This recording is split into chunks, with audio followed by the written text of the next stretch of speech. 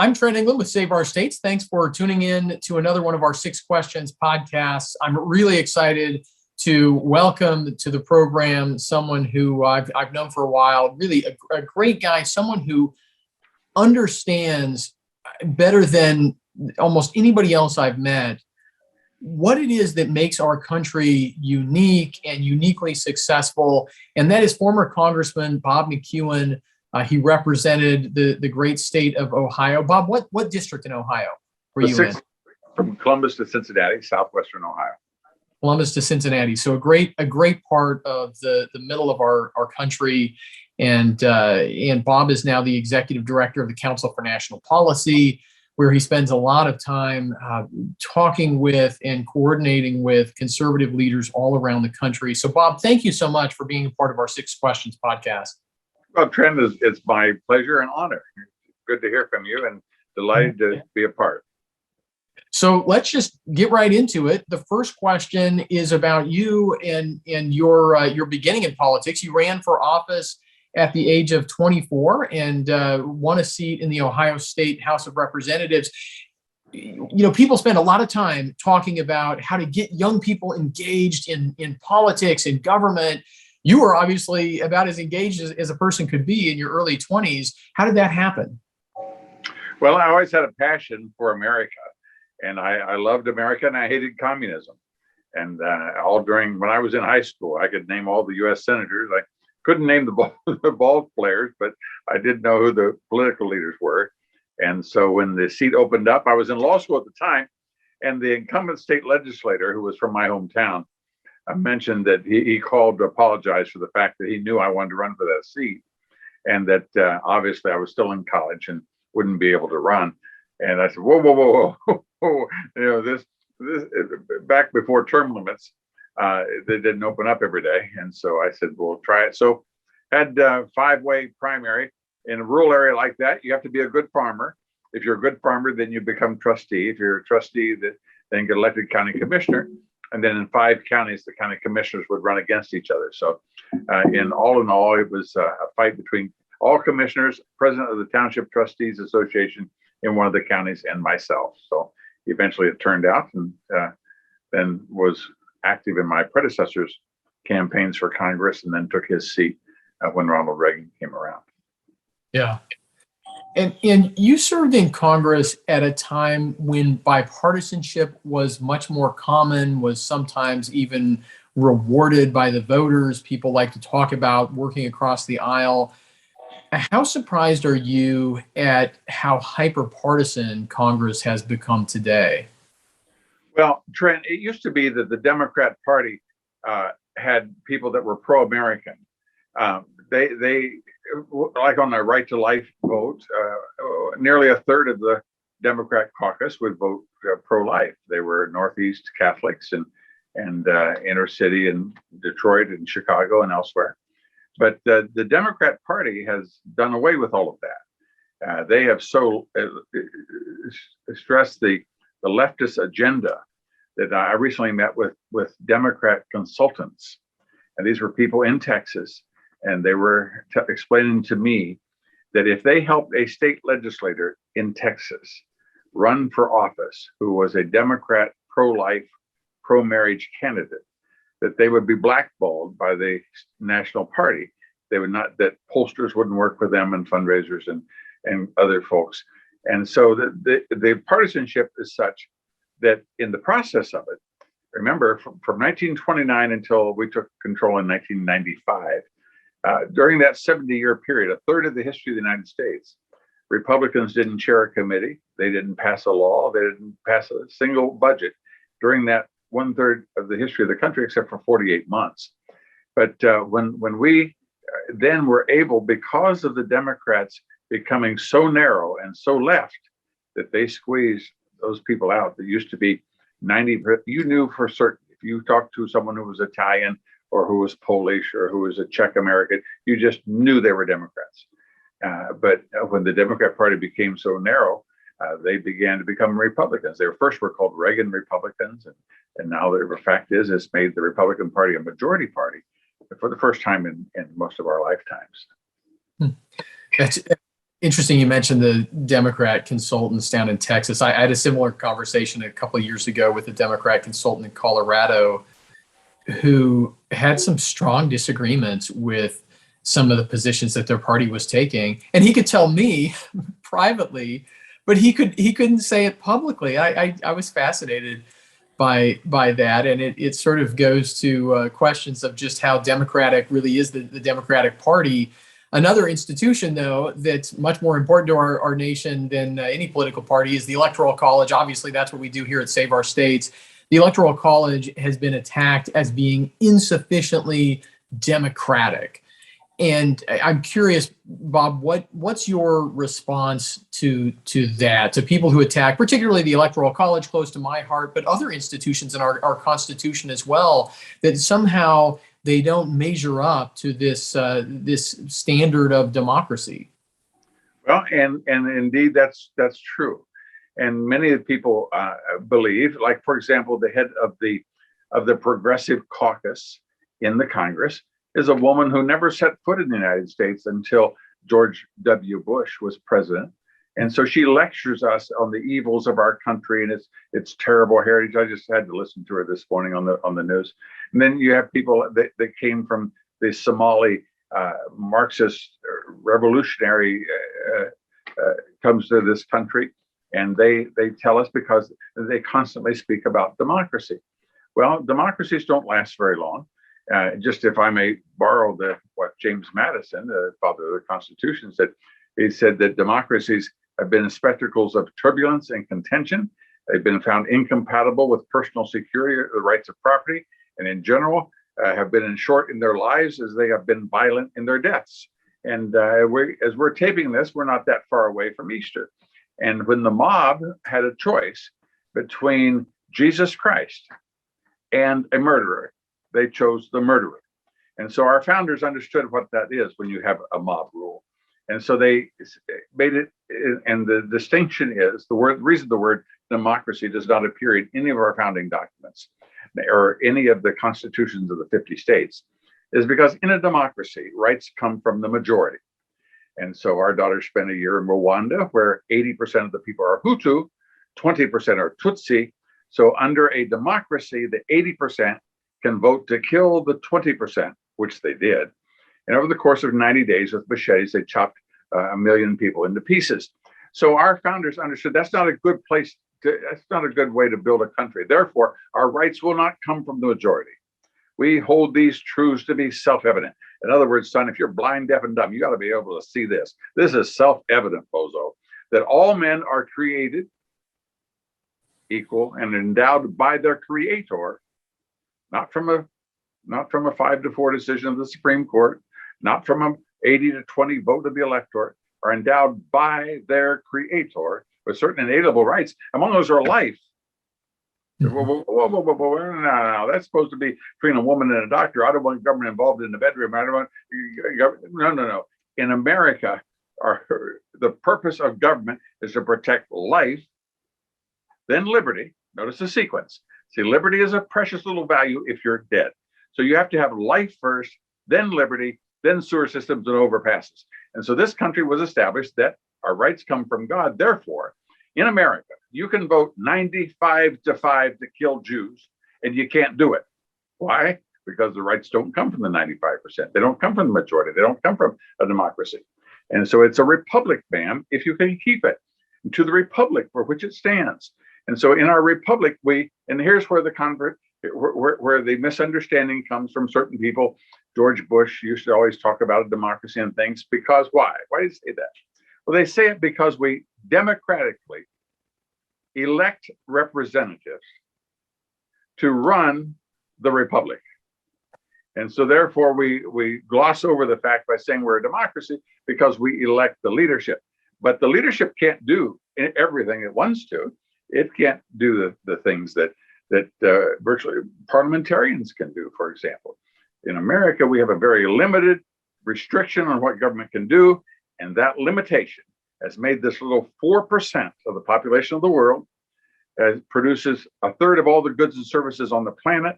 Every year, it writes more books, more plays, more symphonies, more copyrights, more inventions than the other 96% combined. for thousands of years. You just look around. You look at an airplane flying over, what's going on in Europe. That airplane was invented by Americans. The lights on that airplane were invented by Americans. The tires were the vulcanization process. Everything so far, by the way, is all by not only Americans, but Ohioans. And that's why I emphasize that the internet and the global positioning system, which every ship on the seas, all of the things that are done.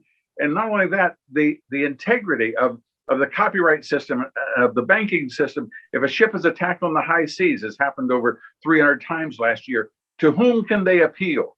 The 327,000 Americans that wear the uniform of the United States Navy. So America is the standard for righteousness in the world. And in the process of that, we are able to bless the world. And why is it? Not because we're a democracy, but because we recognize our rights come from God and have a limited government called a republic, ma'am, if you can keep it.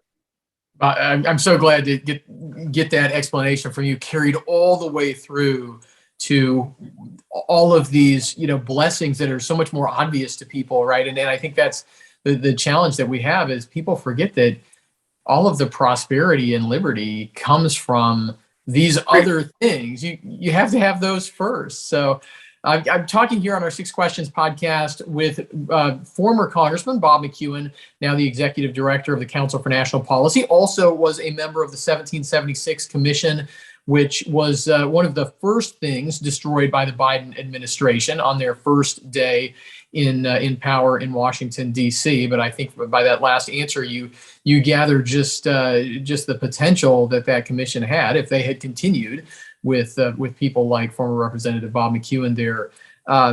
Fourth question here. Republicans seem very likely to take control of the House of Representatives this fall. We've been talking a little bit about the Constitution. One of these interesting constitutional issues that has gotten a lot more attention lately is how Washington, D.C. is governed. And there's talk about repealing the D.C. Home Rule Act. You've been a real critic of the way D.C. is governed. What do you think should happen? Well, Trent, one of the reasons I am really reluctant to change the Constitution is because it seems like about every time we do it, we don't improve on it. And so I'm reluctant to wade into that thing. And our founders, and by the way, our founders weren't that far long ago. Most of us know somebody 80 years old. Three of those, 3 times 80 is 240. That's how long the country was. So it's 80 years from Washington to Lincoln, 80 years from Lincoln to FDR, 80 years from FDR till now. So it's a young country, and our founders knew what they were doing. And they said that the capital city, that's what they always do. You notice what was going on in Ukraine. They want to take Kiev. You want to take the capital. Once you take the capital, then you can control the government. And so there is always an effort to make an impact there. And so what they said is we're not going to have a city capital. We're going to have a federal city, and it will be controlled by everyone else. It's not going to have its own rights, or its own rules, its own laws. Well, Mr. Nixon had some interesting ideas, and one of them was that it sounds noble to let people have home rule. And so they decided they would let District of Columbia begin to make its own rules. And so a fellow who was the vice president of the student coordinating committee called SNCC, it was in the 1960s. It was the BLM of the 1960s. They went around burning buildings and demonstrations on campuses. And so this fellow in his afro and his outfit from Mississippi, he came running to Washington, D.C., and he ran for mayor. And Marion Barry there began to bring about the idea of the corruption and the chaos. And this beautiful, beautiful city that was run by the Corps of Engineers. And they had beautiful flowers at the intersection. There were no cracks in the sidewalk. Everybody was safe and secure. They went back to home rule. And it was so horrible that they finally had to take some of it back. And so the Congress took back the mall and the Smithsonian and up to the White House. And so there's parts of it that are still nice and safe. But if you get wandering off, then you get into the home rule part. And that's where the mayor of the city of Washington, D.C. took the the imprimatur of the Chinese Communist Party, Black Lives Matter. And she painted that on the street in front of the White House, closed down the street on 16th Avenue, and made it a walking street and named it Black Lives Matter Promenade. And so the former Attorney General and myself, we host a prayer breakfast every Tuesday morning for ambassadors while they're hosted here. And then the Senate has a prayer breakfast on Wednesdays, and the House has a prayer breakfast on Thursdays. But many of naturally, the people that attend our prayer breakfast come from Japan and from the Philippines and from China and elsewhere. And they come and they say, why is it that I go to visit the White House and the sign says that only Black lives matter? Now, we want to say all lives. They say, no, they get very offended at that. The mayor gets very offended at that. And so this is exactly that which our founders didn't want to take place. They wanted it to be a safe place for everyone, where no political party could influence or coerce those that came to visit their capital city. So in answer to your question as you began, I'd like to go back the way the founders intended it. Yeah. Okay, shifting gears, 2 more questions here on our 6 Questions podcast. Bob McEwen, you were in Moscow to witness some of the coming apart of the old Soviet Union. I think that gives you an interesting perspective on what's going on right now in that part of the world, in Ukraine. Share your thoughts with us about the state of Russia, the situation with the invasion in Ukraine. I mean, how do you think that this is another Cold War? Did the old Cold War never really end? I mean, what's going on there? Well, communism, socialism to a degree, and then ultimately communism, as Lenin said, it flows from the barrel of the gun, which Mao Zedong said that.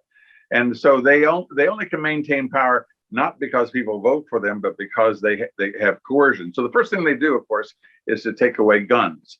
And so the real part that began to shake was in 1989, when they recognized that the communism could not compete with freedom, and they were falling further and further behind. And they chose Mikhail Gorbachev as the general secretary of the party.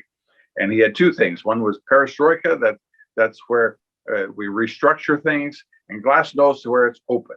And so the people that began to rebel against that were the people in Poland. And in Poland, in a interesting meeting between the Pope, who was Polish, and the President of the United States, when they first met, they had a private meeting, only 4 people in the room. And basically what the Pope said was, I can bring down the government if you can keep out the tanks. And the 2 of them agreed to that. And over the next several years, the independence of freedom, and through we don't have time for the story now, but it's a fascinating example of how the communists fouled things up and got themselves in a pickle, where they were going to be such that there was going to be a vote for the prime minister of Poland. And because of Solidarity's success, it had the capacity to choose a non-communist leader of a communist country.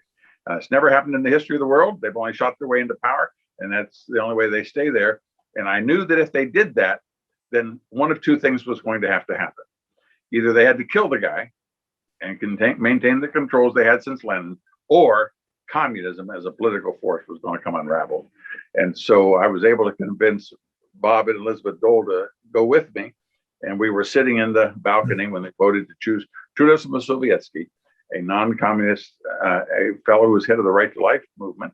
And we had given him a printing press, and he moved from basement to basement every 6 days. He spent 6 of the previous 8 years in jail. And the next day, now that he was elected, next day we escorted him into the parliament. And because I figured if they were going to shoot him, they'd have to shoot him right in front of us. And we went in the chancellery, and he's looking around. He said, I've never been in here before. And Elizabeth Dole gave him a letter from the president. I gave him a flag that flown over the Capitol. Dennis DeConcini, a faithful, loyal Catholic from Arizona, Senator DeConcini, said, we're going to pray for you. And with that, he didn't even wait for the translation. He turned, he said, that's what our country has been robbed of for these 47 years. We walk out, and with that, every microphone in the world is there. And I explained that this is just the beginning. This is going to march throughout Central and Eastern Europe. It will not stop till it reaches to the heart of the very Kremlin itself. The tide of history is on the side of freedom and democracy. Socialism and communism as a political force in the world is dead. And when I finished, having gone through all this rant, a fellow from the State Department came up and tapped me on the shoulder and pointed across the street. And there, leaning up against his limousine, was the Soviet ambassador, leaning there waiting for the Americans to leave, which told me they weren't going to fight.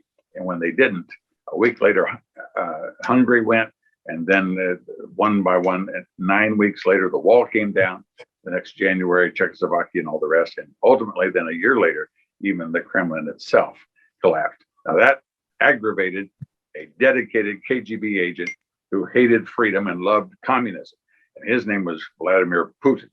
And he began to rebuild his effort. And his goal is to use the coercive police powers of the state to maintain control. And weakness, Trent, weakness always invites aggression. Never in the history of the world has one nation had the capacity to overrun another nation.